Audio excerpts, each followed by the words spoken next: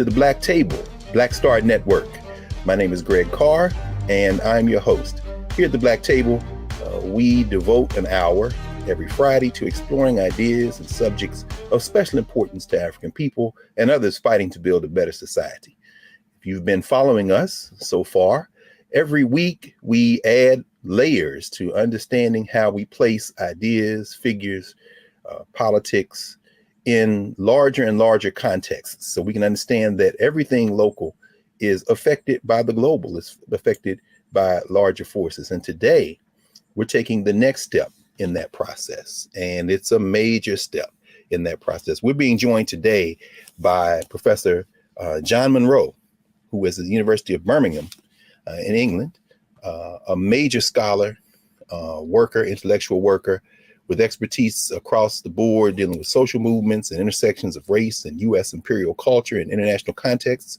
And we're here to discuss today, in particular, his 2017 book, The Anticolonial Front, The African American Freedom Struggle and Global Decolonization, 1945 to 1960. This is a truly remarkable book. And we're welcoming to the Black Table today, Professor John Munro. John, thank you for taking some time to spend with us today, brother. My honor to be here. Thank you so much for the invitation. Absolutely. Absolutely. You know, when I purchased this book, and I'm glad for those of you who purchased this book, it's now a paperback, right, John?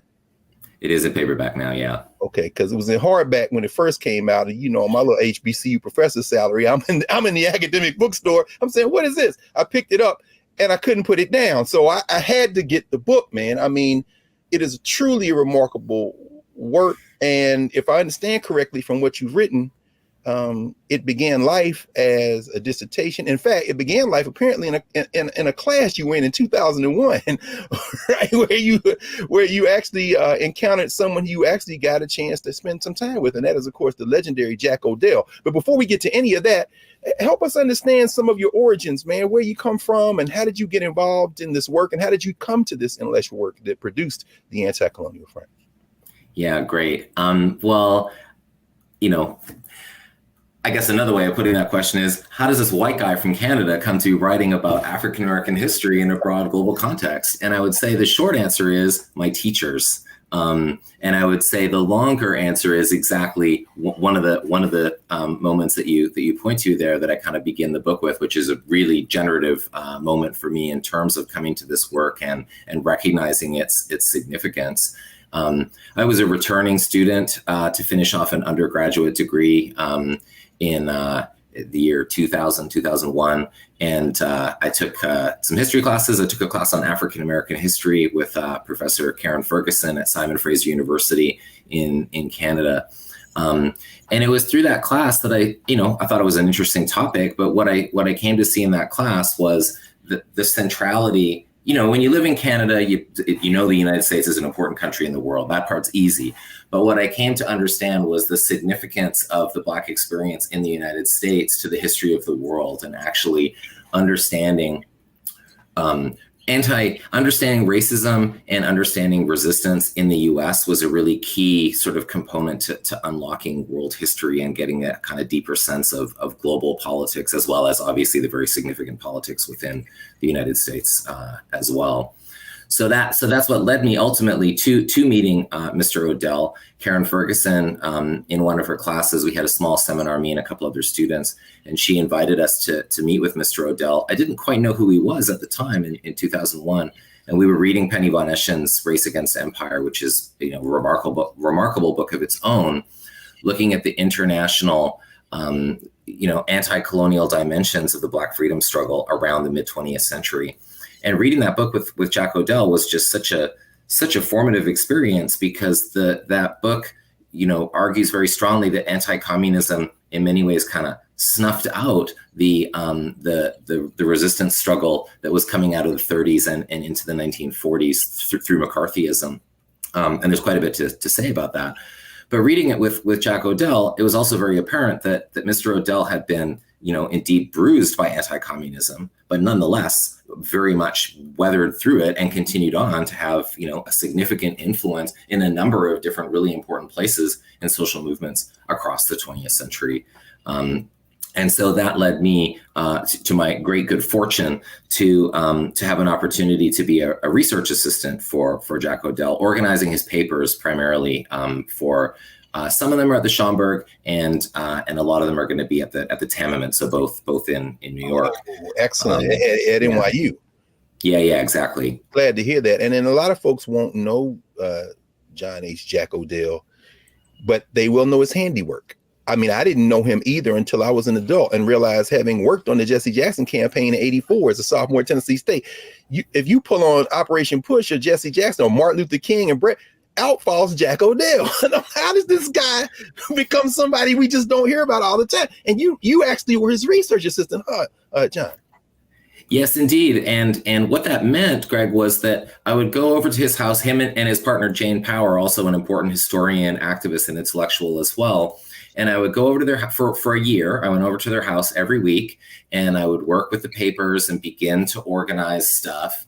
And then after a couple hours of that, we'd have lunch in the living room. And then, it would often be like, oh, I found this, it's something about apartheid, say. And we would have, it would basically turn into like a lunchtime seminar for 2 hours. The lunches were long, and they were, as you can imagine, just absolutely profound. And so I just learned many, many things through those conversations. I'm really glad that Nikhil Singh organized some of Mr. O'Dell's writing and gave it that fantastic introduction, so people can have a way into Jack O'Dell's thought, because it just touches on and connects together so many different things. Absolutely. In fact, I'm looking over here on the spine. I see it over on the shelf, and Nikhil Singh, who, of course, was very gracious in writing a blurb for you, which talks about the importance of your book, which, of course, takes us from the end of World War II up into what a lot of people think of as the traditional civil rights movement in the 1960s. But before we get there, and I want to ask you in a minute to just kind of give us a tease of the major theses of the text, you end up at one of the most important formations for thinking about, quote unquote, radical intellectual work in the contemporary moment, and that's the University of California, Santa Barbara. I mean, I teach Cedric Robinson's Black Movements in America every semester in my Introduction to African Studies class, and Howard Winan was actually on faculty at Temple when I was there. But you opened the text by devoting it to Nelson Lichtenstein, of course, the great labor historian and social movements historian. But I mean, everybody that you engaged there, tell us a little bit about what that was like, that intense kind of formation with some of the cutting, and then Rod Bush. I mean, there's so many other people you encounter along the way that find their way into this text. Could you say a little bit about those influences? Yeah, I'm very happy to, because that really continues exactly this point, that is the teachers, right, that are just so important to how we come to our ideas. And so after that kind of time in Vancouver with Jack O'Dell and Karen Ferguson, I then went to graduate school at UC Santa Barbara. And I worked, and Nelson Lichtenstein was my advisor, the great labor historian. And incidentally, just last week, I was at a wonderful conference celebrating his career, because he's just retired. It was really nice to get a chance to do that.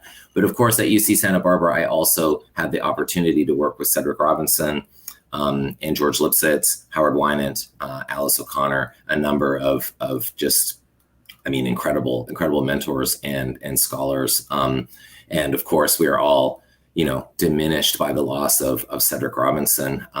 Like Nikhil Singh's book on Jack O'Dell, I'm so grateful to Joshua Myers for publishing that incredible biography of Cedric Robinson. It's so nice to have that. I should mention, John, that I put Black Marxism in Josh's hand during a study abroad when he was an undergraduate at Howard. Now that's how he got introduced to Cedric Robinson. So it comes full circle. Well done. Yeah, man. No. I mean, but to your point in terms of teachers, in fact, but you engage just about every scholar I'm aware of anyway on this period, and on the question of radicalism, on the question of Popular Front, a concept that you kind of use to as a lens, the Anticolonial Front. Could you, before we take our first break, give us a sense? You state 4 theses at the beginning of the book that you say kind of frame your project. Could you mention, as folks are beginning to think about this book, what those major theses are? Yeah, great. Let me mention them, and then maybe we can unpack them a little bit after that. And just very quickly before I do that, just because you mentioned Rod Bush, another person we're sad that we've lost, because I met him at a seminar in New York, and he was just again, just such a generous and wonderful scholar. So I just wanted to get that in there as well. Absolutely. So let me just say quickly to answer your question about the arguments. Yeah, that's right. There's four arguments to the book. One is that Black radical internationalism and anti-colonialism persisted despite anti-communism. That would be the first. That was sort of the first main argument that sort of pulls the other arguments together. But the other arguments I feel are important as well. That Black anti-fascism in the United States is also an anti-colonialism. And we can unpack that a little bit, but just to get them on the table for now. I also have an argument about Black liberals in that their relationship to U.S. empire and anti-imperialism was kind of a complicated one. There's a debate there, probably best represented by Gerald Horne on the one hand and Carol Anderson on the other. And I kind of try to formulate a sort of third position in relation to this question of Black liberalism. And finally, the relationship between colonialism and the Cold War. That's the kind of largest, most global sort of argument that I want to engage in. In retrospect, not necessarily as thoroughly as I might have, because I was still thinking about that one. But I wanted to say something about the way that the Cold War is sort of gets all the attention in terms of global dynamics after World War II, but actually it's the colonial, anti-colonial dynamic that matters the most. Thank you, John. That's perfect. And when we come back, in a moment, we will continue our conversation with you with Professor John Munro, the University of Birmingham, on his book, The Anticolonial Front. Back in a moment at the Black Table.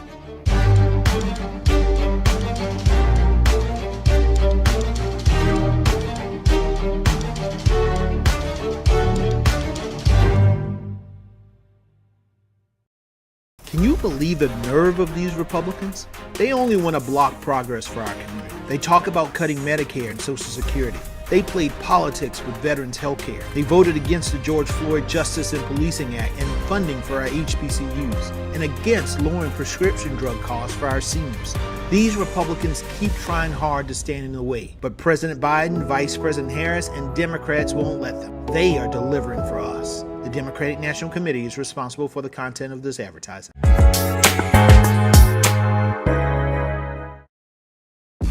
When we invest in ourselves, we're investing in what's next for all of us.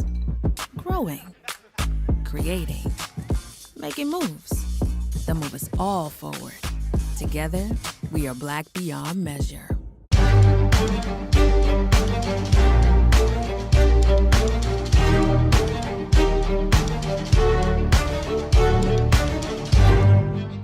We're back at the Black Table. Greg Carr, Black Star Network, joined today by John Munro, professor at the University of Birmingham and the author of The Anticolonial Front. The Anticolonial Front. When we left, John, you had just laid out the four kind of broad framing theses that frame your book. And I hope that before we get into chapter one, you might take a little bit more time and kind of articulate how you came to those theses, because you're right. I mean, as I was reading, of course, and your footnotes are just remarkable, and a lot of this archival research, but also the secondary literature you poured through. You are a very generous scholar. In other words, whatever differences you have, you take what you can from folks who have written, who have talked, who have worked, and then you say, okay, but this is what I'm going to suggest. And you're right.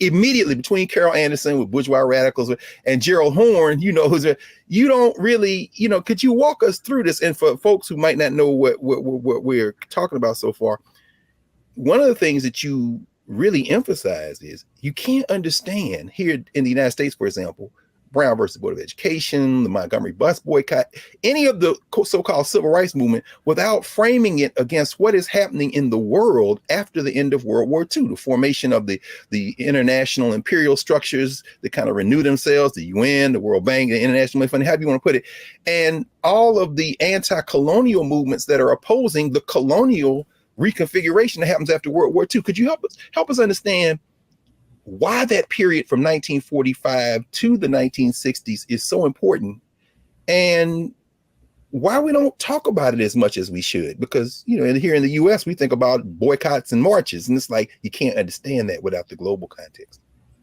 Yeah, great. That's that great question. It's a lot to connect. I would maybe start by saying that the anti-colonial struggle resumes the very day that World War II ends. So when victory in Europe is being celebrated with the surrender of the Nazis, that very day, Algerians begin to mobilize and march for independence in May of 1945. In the Pacific Theater, the very day World War II ends, as the Japanese forces are signing the instrument of surrender in Tokyo Bay, that's the very day that Ho Chi Minh in Batting Square in Hanoi proclaims Vietnamese independence. So this international context that you're talking about, I agree, of course, it's hugely important. And it begins immediately, I mean, kind of symbolically in that sense, on the very day that World War II ends in each theater.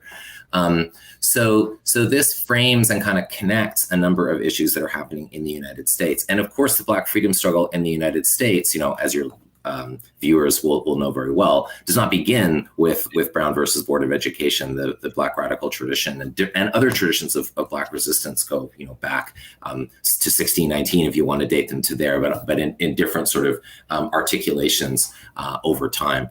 So what I would say is you have these two intertwined challenges to white supremacy in the global arena: the anti-colonial struggle in the global South and the Black freedom movement in the United States.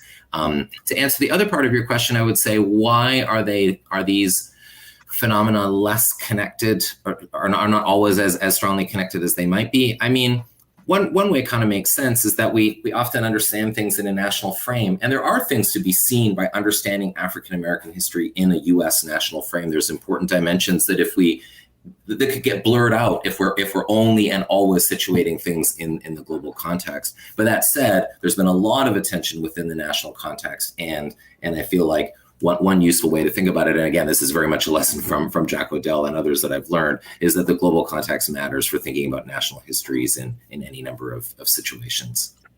Okay. Well, the first 4 chapters, you introduce us to a number of figures whose names we know very broadly, and then so many more whose names are lesser known. And in fact, when you begin chapter 1 with W.E.B. Du Bois and Black Reconstruction in America, one of his lesser known works, as we both know, folks think of the souls of Black folk as if, wow, that was like a lot of years before Du Bois.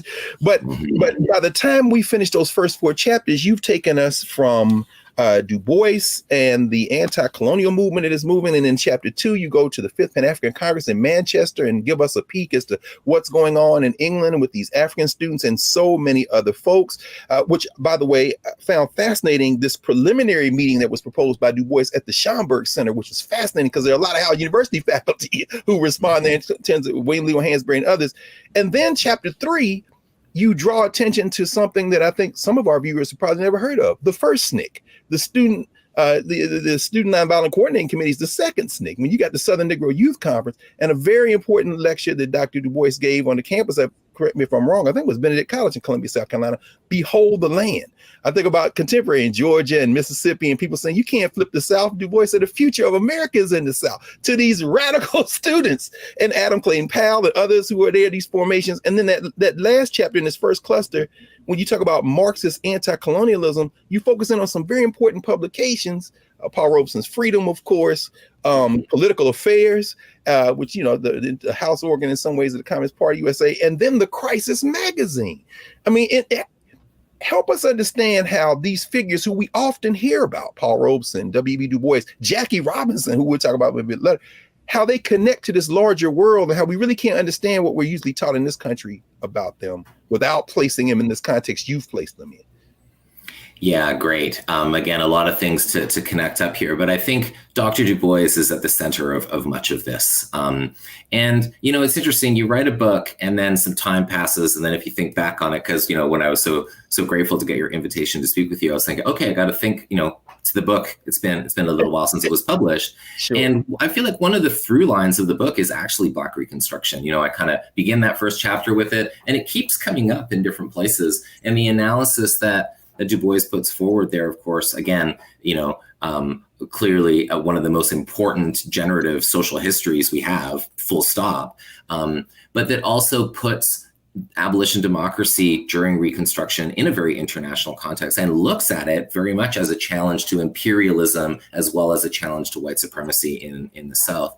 And so there's, a connection there to his Behold the Land speech in 1946, in which he's arguing exactly as you say, the South is the center of this, and the fight must be won in the South, but also in order for that larger global struggle to also be successful. as well. So, and Du Bois, of course, is in Manchester. So his papers, for other researchers who are looking at this, that may already know, but if you don't, Du Bois's papers is one, wonderful source that kind of brings a lot of this stuff together, particularly through Du Bois's correspondence, because he was the one who was, corresponding with so many figures every day, basically throughout and well beyond this period. Now, those publications you mentioned, those were crucial to me for exactly establishing this ongoing, this kind of continuity of resistance that takes place, because of course those years of McCarthyism were really hard on progressive, leftist, anti-racist, internationalist activists. And Paul Robeson, of course, and W.E.B. Du Bois are among the most famous for having their passports taken away. Others like C.L.R. James and Claudia Jones were, of course, deported.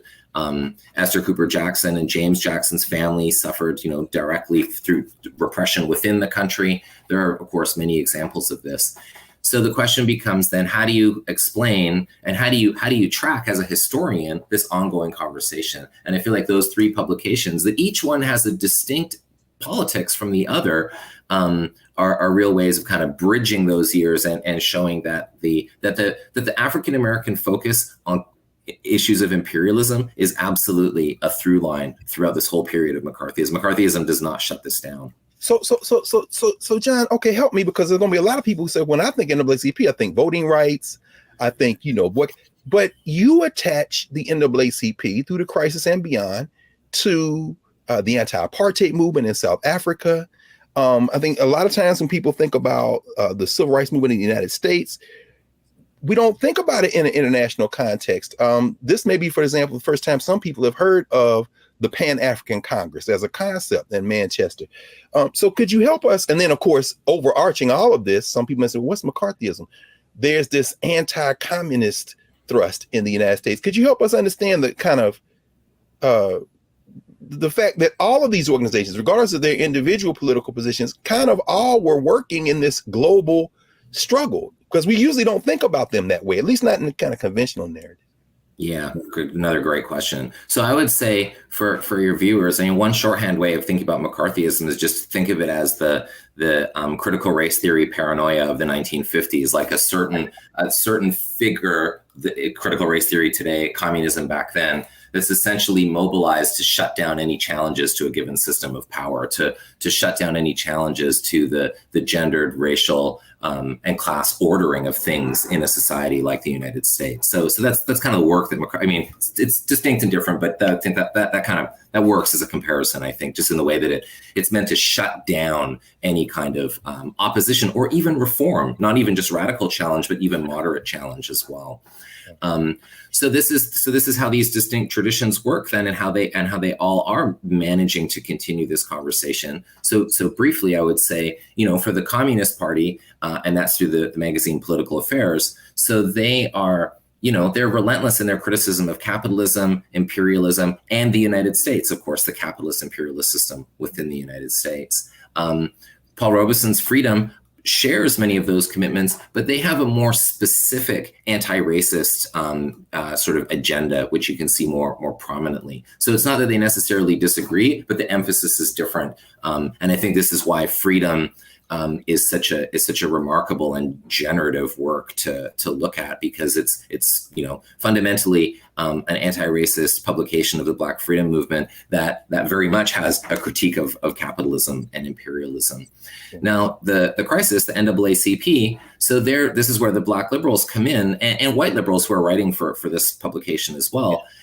And as Carol Anderson has shown, there's, we might be a bit surprised to see the extent of the critique of apartheid, of the European imperialist powers. But where that critique kind of stops short, it's not that the critique isn't there and that McCarthyism ends it and shuts it down, but where it stops short is on criticizing capitalism, usually, and also criticizing the United States directly. That's where you would see a really significant difference in terms of, say, Political Affairs criticizing the US and the NAACP. Of course, the flip side of that is that Political Affairs is very short on critiques of Stalinism and the Soviet Union, whereas the crisis is, of course, very willing to go there and make those criticisms as well. Yes.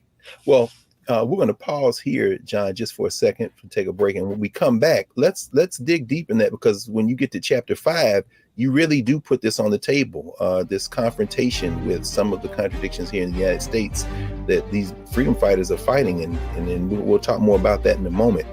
When we come back here, the Black Table, Black Star Network, Greg Carr, back in a moment.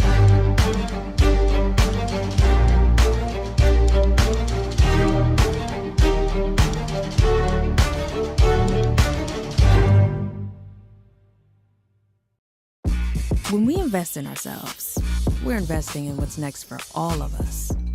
Growing, creating, making moves that move us all forward. Together, we are Black beyond measure. Hi, I'm Dr. Jackie Hood Martin, and I have a question for you. Ever feel as if your life is teetering and the weight and pressure of the world is consistently on your shoulders? Well, let me tell you, living a balanced life isn't easy. Join me each Tuesday on Black Star Network for A Balanced Life with Dr. Jackie. We'll laugh together, cry together, pull ourselves together, and cheer each other on. So join me for new shows each Tuesday on Black Star Network, A Balanced Life with Dr. Jackie.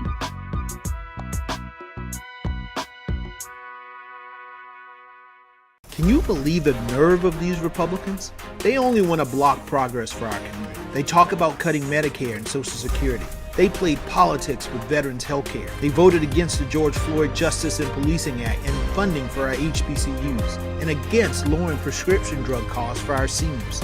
These Republicans keep trying hard to stand in the way, but President Biden, Vice President Harris, and Democrats won't let them. They are delivering for us. The Democratic National Committee is responsible for the content of this advertising. When we invest in ourselves, our glow, our vision, our vibe, we all shine. Together, we are Black beyond measure.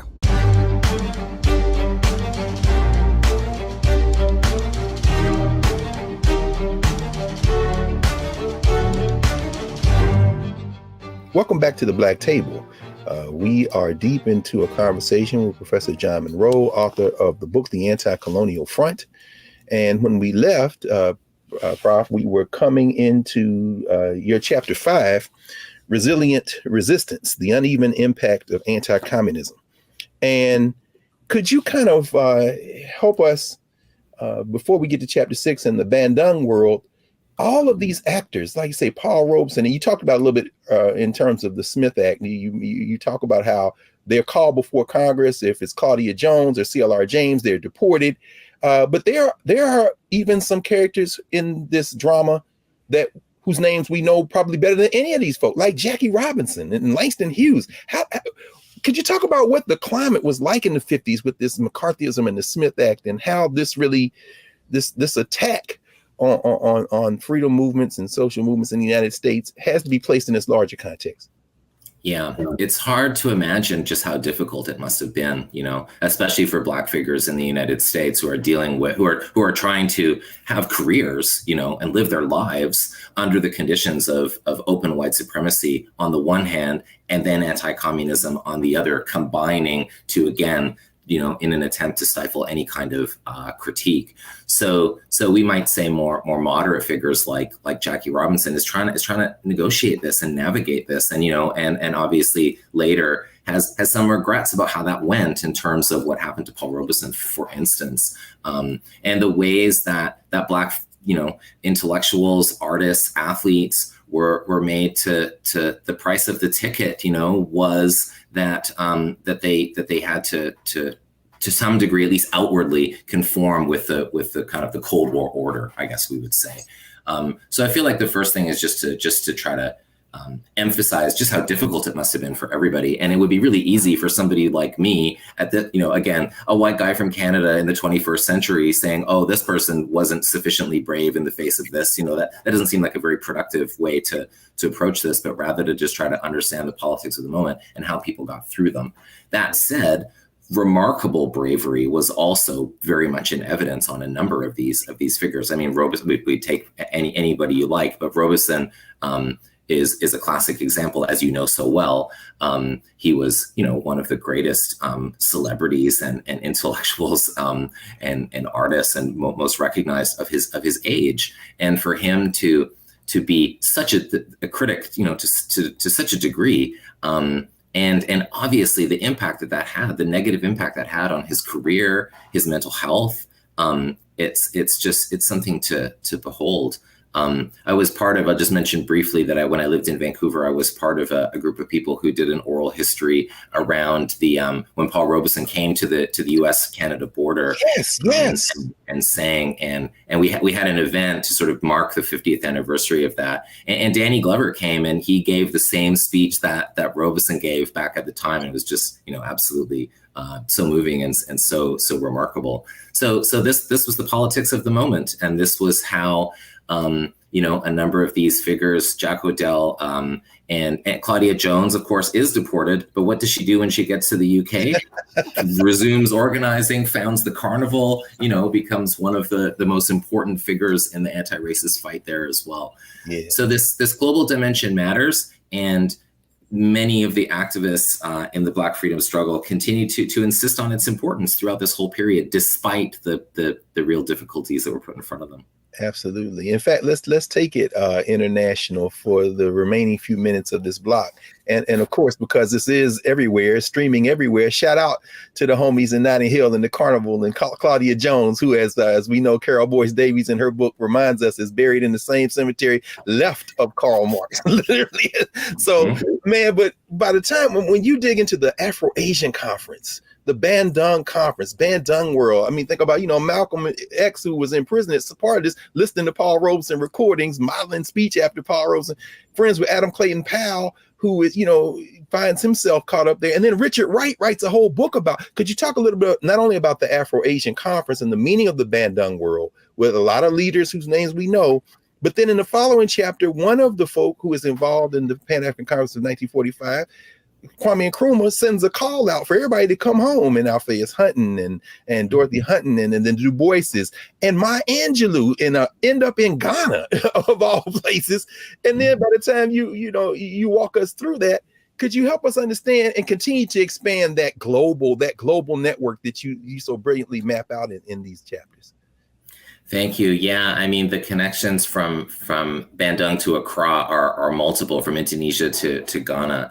And, this conference in Indonesia, it's so important. It's the decolonizing world announcing their agenda, announcing their presence, insisting on the importance of colonialism, and challenging both of the superpowers to kind of reframe, we might say, global politics away from an East-West conception of, capitalist West versus communist East, but to a North-South, a more familiar to today's world, a North-South kind of conception of global North, global South, again, putting that imperial dynamic very much to the fore. I mean, the participants at Bandung were, they certainly were not in one mind about any number of things. How could they be? They had different perceptions. Zhou Enlai from China is there, for example, like very much part of the communist world. The representatives from the Philippines are more allied with the United States. There's all kinds of, no shortage of tensions, but nonetheless, an insistence. And again, just to think about the importance of putting racism front and center in world politics, as a shaping global force. It's really significant. And so, of course, Kwame Nkrumah, the Ghanaian activist who had spent time in the United States, of course, as well previously, and was at the Manchester Congress. Kwame Nkrumah, goes on to lead. So he's engaged in the struggle, of course, against British imperialism, which is ultimately successful in 1957. And that independence celebration alone, even just the moment of independence, Dr. King goes to see for himself, and he's very struck by what he sees as well. And Louis Armstrong, which I always find fascinating, man. I mean, what do you think it was like, John, for Richard Nixon to be the U.S. delegate, and he gets there and finds all these Negroes from the United States hanging out with their African cousins? That must have sent a shockwave through as you write about. I mean, what's the response? I mean, because you talk about the kind of propaganda campaign the United States tries to mount to kind of blunt some of this. Yeah, absolutely. And there's that story, it might be apocryphal, but about Richard Nixon. He turns to two black gentlemen in Ghana and says, "How does it feel to be free?" And the answer is, "We don't know. We're from Alabama," because of course African Americans are there as well, right? Wow. So yeah, absolutely. It's an absolute kind of, nodal point in global racial politics at this time. And precisely as you say, people begin to flock there to see and to participate in this new society. George Padmore, Malcolm X, Shirley Graham Du Bois, many people go there to see it, but also to help build it and to make a kind of a new society that might do something different from all of these centuries that have led to the racial capitalist order at that point. Ultimately it's overthrown, of course, but there's that moment. It's important to hold that before getting to the story of the overthrow. There's that moment from 57 to 66 in which real possibilities are there. Yeah, I don't. Again, I'm astonished at your ability to weave everybody. I mean, you mentioned Carter Woodson, of course, who ironically becomes caught up in U.S. empire building in the Philippines as a young man, as a teacher in the Philippines. But that period that you mentioned, again, all these young people, Jillian Mayfield and Maya Angelou, so many others, David Levering Lewis, who ends up going there. But could you mention, as a name you mentioned that some of our folk may not be as familiar with, and that's the brother from Trinidad, George Padmore. Could you say a little bit, because you write a lot about Padmore in here. Could you say a little bit more about him? Yeah, Padmore is really important. So he's in Manchester again in 1945. He'd already been an activist. He'd been in the U.S. before that. He'd been in Germany before World War II as well. And a couple of things about Padmore are really significant. So Padmore is an anti-fascist who sees fascism as a kind of colonialism. Many on the left, of course, many liberals are obviously anti-fascist during World War II. It's the war against the Nazis, of course.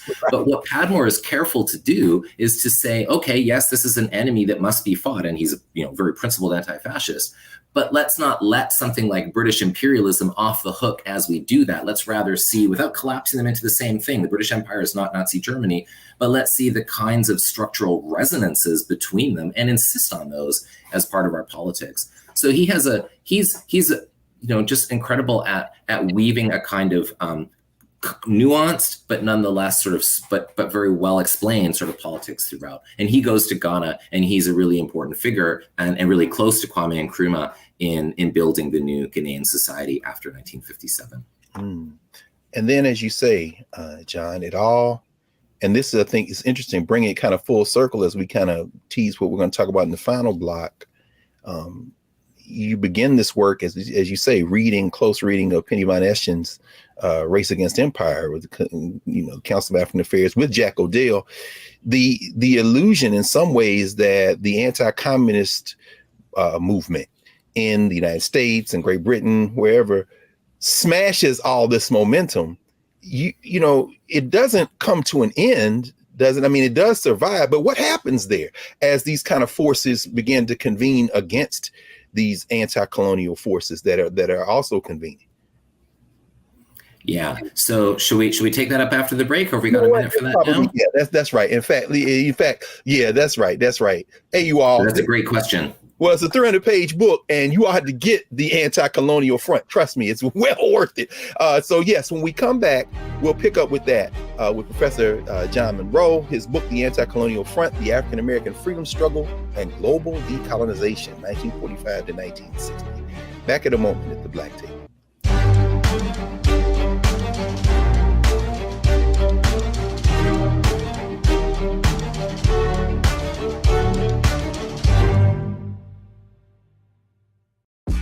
When we invest in ourselves, we're investing in what's next for all of us. Growing, creating, making moves that move us all forward. Together, we are Black beyond measure. When you talk about blackness and what happens in Black culture, we're about covering these things that matter to us, speaking to our issues and concerns. This is a genuine people-powered movement. There's a lot of stuff that we're not getting. You get it, and you spread the word. We wish to plead our own cause Too long have others spoken for us. We cannot tell our own story if we can't pay for it. This is about covering us. Invest in Black-owned media. Your dollars matter. We don't have to keep asking them to cover our stuff. So please support us in what we do, folks. We want to hit 2,000 people, $50 this month, raise $100,000. We're behind 100,000, so we want to hit that. Y'all money makes this possible. Check some money orders. Go to P.O. Box 57196, Washington, D.C. 20037-0196.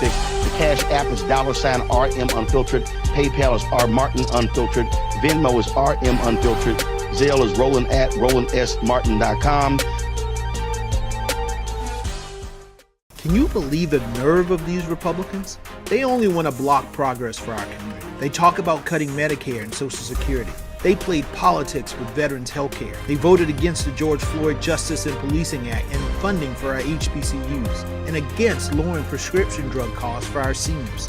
These Republicans keep trying hard to stand in the way, but President Biden, Vice President Harris, and Democrats won't let them. They are delivering for us. The Democratic National Committee is responsible for the content of this advertising. When we invest in ourselves, we all shine. Together, we are Black beyond measure.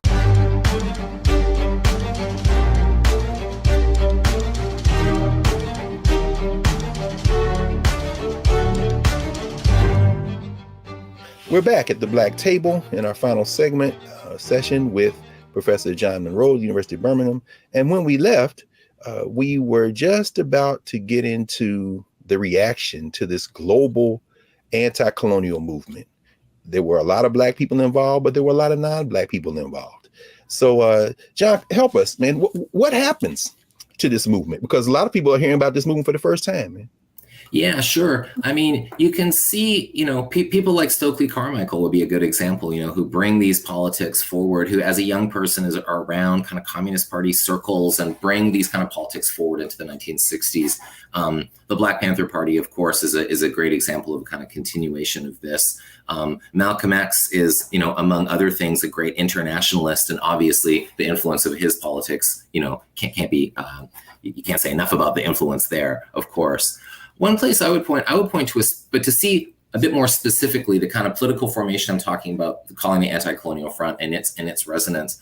One place I would look would be a speech that Martin Luther King gives on the 23rd of February, 1968, on the occasion of the 100-year anniversary of W.E.B. Du Bois's birth. So Du Bois, of course, passed away in Ghana in 1963. But in 68, Dr. King is asked to speak about Dr. Du Bois. And what does he talk about?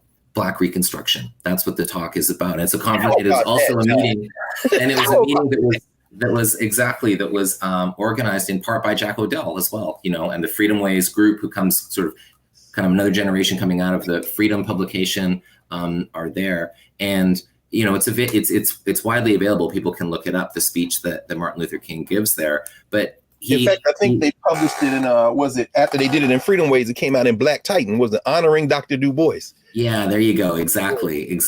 And how does he honor Dr. Du Bois? But by talking about Black Reconstruction. And again, it's kind of, critique of capitalism and internationalist vision, which of course, Dr. King all the more embodied by this time, given his criticisms of the Vietnam War. So I feel like that would be one, if you want just one, text that sort of brings some of this together in the later 1960s, I think that would be a good example, as well, of course, as the ongoing beyond that activism of Jack O'Dell to the end and beyond of the entire century.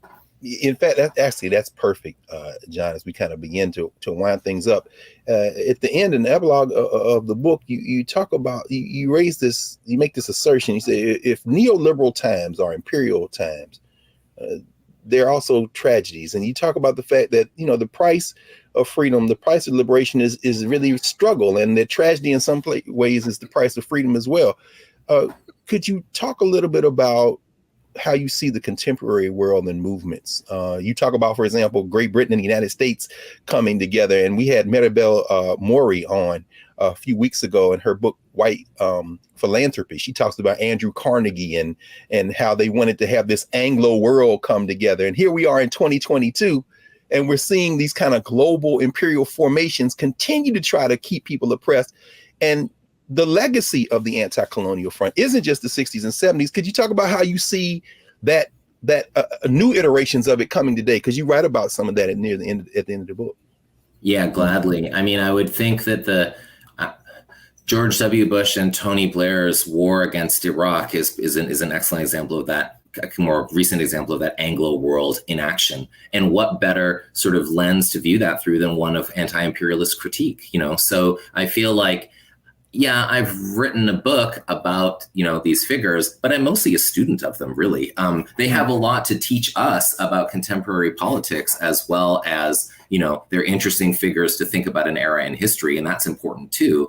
But I feel like a critique of gendered racial capitalism, and to see neoliberalism through that lens as well. We too often, I feel, see neoliberalism as solely a kind of articulation of capitalism. And of course it is, but to understand capitalism without race, for instance, is just to diminish our analysis and make us less able to challenge the kinds of, you know, inequalities that we might want to contest. So I feel like seeing neoliberalism in an imperial context as an ongoing, yeah, it's not the same thing, but it's only understandable as a more contemporary manifestation of these longer standing, centuries long imperial kinds of relations, is a way to think through and contest. To have hope in this moment is to learn from some of the people that we're talking about here today, I think. Absolutely.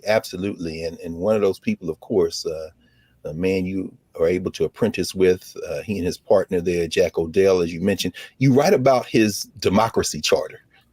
I wonder if you mind saying a few words about what that was, as it speaks to this greater vision of humanity beyond race, beyond class, but certainly grounded in the realities. But what is the democracy charter Jack Odell articulating? How does that capture some of these struggles that we're fighting today? Yeah, great. I mean, it's a kind of political program that he put forward. Some of us organized a conference in his honor in 2005, which Bill Fletcher gave the keynote at, and was a really nice event.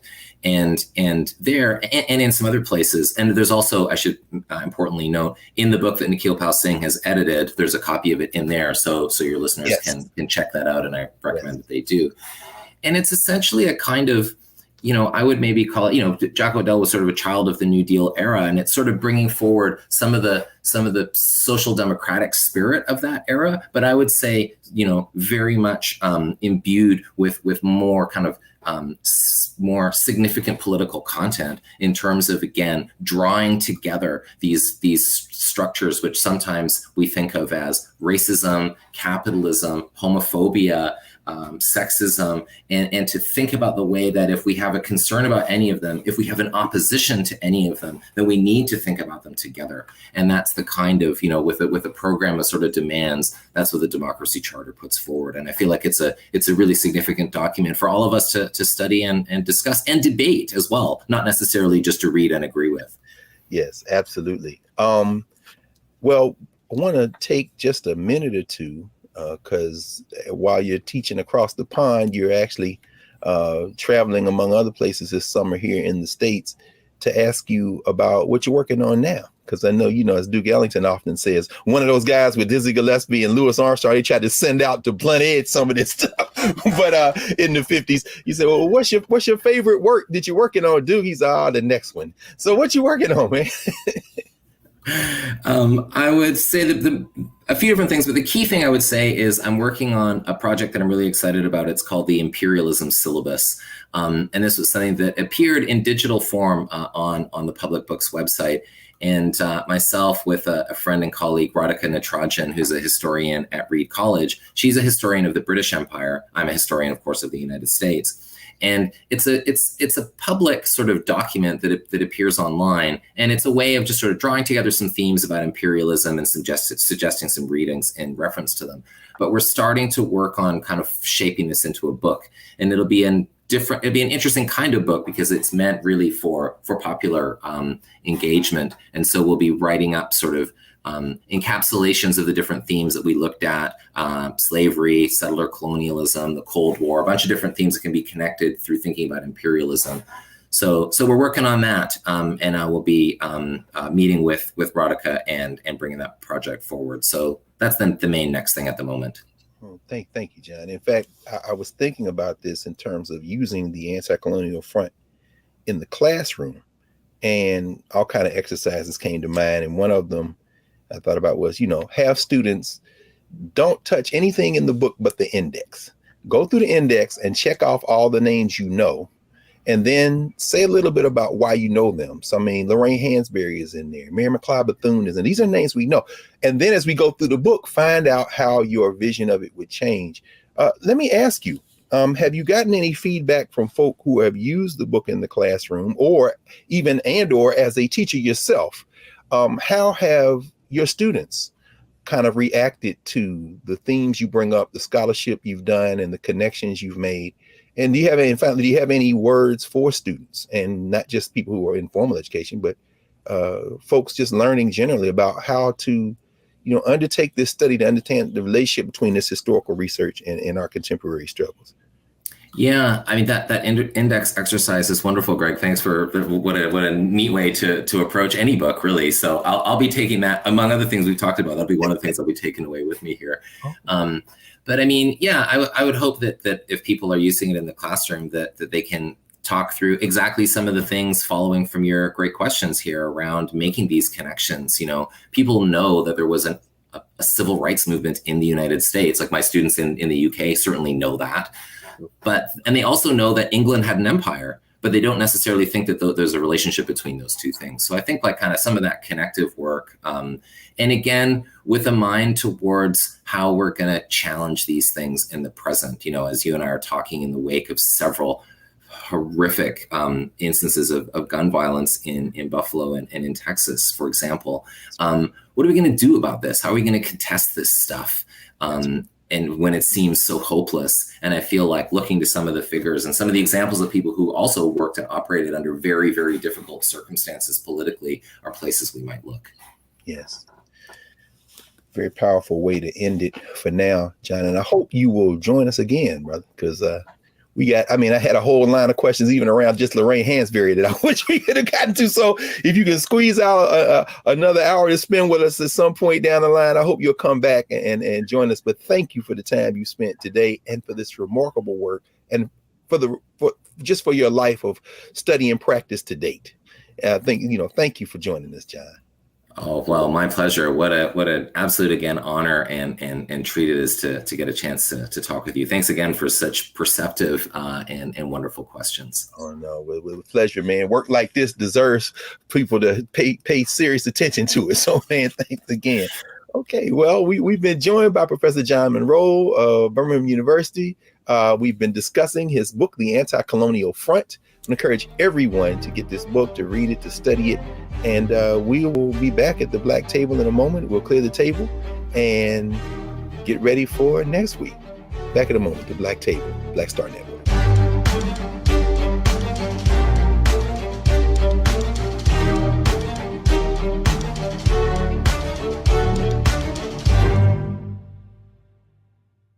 When we invest in ourselves, we all shine. Together, we are Black beyond measure. Hatred on the streets, a horrific scene, a white nationalist rally that descended into deadly violence. White people are losing their damn minds. As an angry pro-Trump mob storms the U.S. Capitol, we've seen We're about to see the rise of what I call white minority resistance. We have seen white folks in this country who simply cannot tolerate black folks voting. I think what we're seeing is the inevitable result of violent denial. This is part of American history. Every time that people of color have made progress, whether real or symbolic, there has been what Carol Anderson at Emory University calls white rage as a backlash. This is the rise of the Proud Boys and the Boogaloo Boys. America, there's going to be more of this. Here's all the Proud Boys, guys. This country is getting increasingly racist in its behaviors and its attitudes because of the fear of white people. The fear that they're taking our jobs, they're taking our resources, they're taking our women. This is white fear.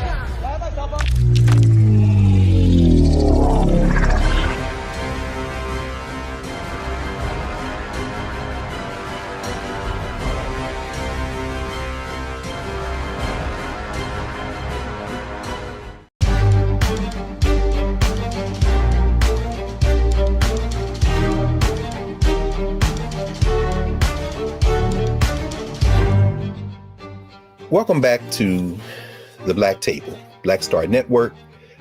We've spent the last hour with Professor John Munro, author of the Anticolonial Front, a remarkable piece of work that reminds us that all of our local lives, our struggles, they really are influenced by the lives and struggles of human beings all over the world. We've just passed, in fact, the anniversary of the killing of George Floyd 2 years ago. George Perry Floyd Jr., the North Carolina-born, Texas-bred son of Larcenia Sissy Jones Floyd and George Perry Sr., and father of Gianna Floyd, was murdered by police while calling for his mother in front of Cup Foods, a pawn shop near the corner of 38th Street and Chicago Avenue in South Minneapolis, Minnesota. His murder, coming on the heels of the murders of Breonna Taylor in Louisville, Kentucky, and Ahmaud Arbery in Georgia, set off an international movement. It was called the summer of 2020, The Reckoning. And we know that it was international and it was connected because George Floyd wasn't just murdered on the 25th of May, which is Memorial Day in the United States, a ritual which was started May the 1st, 1865 in Charleston, South Carolina by Black folk honoring the Union soldiers who had helped fight in the liberation struggle of African people. We heard Professor Munro talk about W.E.B. Du Bois's 1935 book, Black Reconstruction in America. It's worth a read today, perhaps now even more than ever. So George Floyd wasn't just murdered on Memorial Day in the United States. He was also killed on African Liberation Day, which is May 25th. 1963, when the Organization of Afro-American Unity was started, but it goes back to African Freedom Day, which was celebrated in April because of Kwame Nkrumah, who we heard Professor Munro talk about, who he's written about extensively. And if you remember, in the earlier episode of the Black Table, we had Professor Abdullah Kalimat, who writes about the African Liberation Support Committee. In other words, today's episode of the Black Table is particularly important because as we think about George Floyd in the United States, we must understand that George Floyd, Breonna Taylor, Ahmaud Arbery, all the victims of violence, whether they be in Buffalo or Texas or California, are all part of a larger global violence that we must all resist all the time. And the more we coordinate, the more we connect, as we've seen in this book, The Anticolonial Front, the more we connect, the more certain is our victory. So join us next week at the Black Table. I'm Greg Carr, the Black Star Network. Looking forward